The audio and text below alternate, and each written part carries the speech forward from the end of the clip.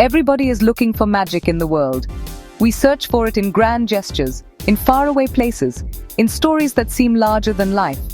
But what if the real magic is woven quietly into the fabric of our everyday lives, waiting for us to notice? Sometimes, the extraordinary hides in the most ordinary places. In the corners we pass by, in the objects we barely glance at, in the moments we let slip away. Magic, after all, is often a matter of perspective. Take, for example, a tiny watch shop you might walk straight past without a second thought. In a narrow, rain-washed alley of Lahore, tucked between a bustling tea stall and a bookshop that smelled of old paper and memories, stood an old, dust-covered shop called Qadir & Sons, since 1889. Its faded sign was barely legible, and its windows were clouded with time. But there were no sons, and Qadir himself was long gone, his story now part of the city's whispered legends. Only Rafiq Sahib remained, as old and mysterious as the ticking clocks on his walls.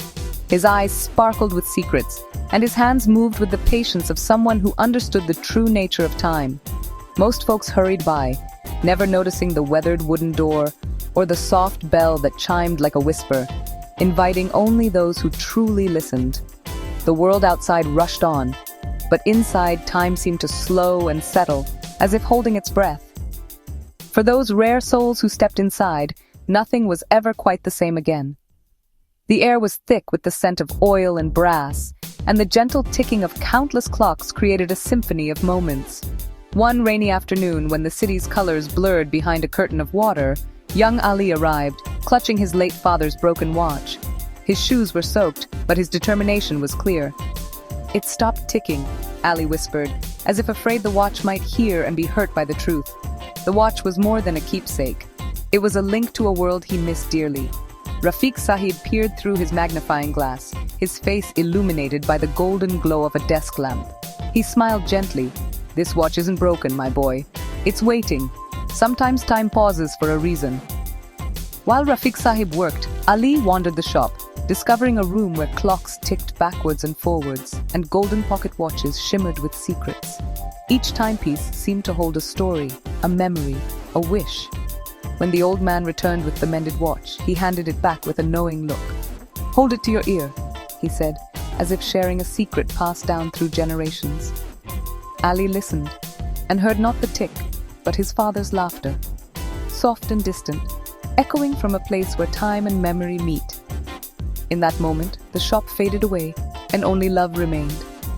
"Sometimes time holds memories tighter than we do," Rafiq Sahib said, his voice gentle and wise. "And sometimes it gives them back when we need them most." Years passed. The shop vanished, as if it had never existed at all. The alley changed, the city moved on, and only a faded sign remained to hint at what once was. But Ali never forgot. Whenever he missed his dad, Ali would hold the watch close, and for a fleeting moment he was transported back. To laughter, to love, to a time when anything seemed possible. If you loved this story, like and subscribe for more tales that remind us of the magic hidden in plain sight, and the power of memories that never fade. And remember, sometimes even time keeps secrets, waiting for the right heart to discover them.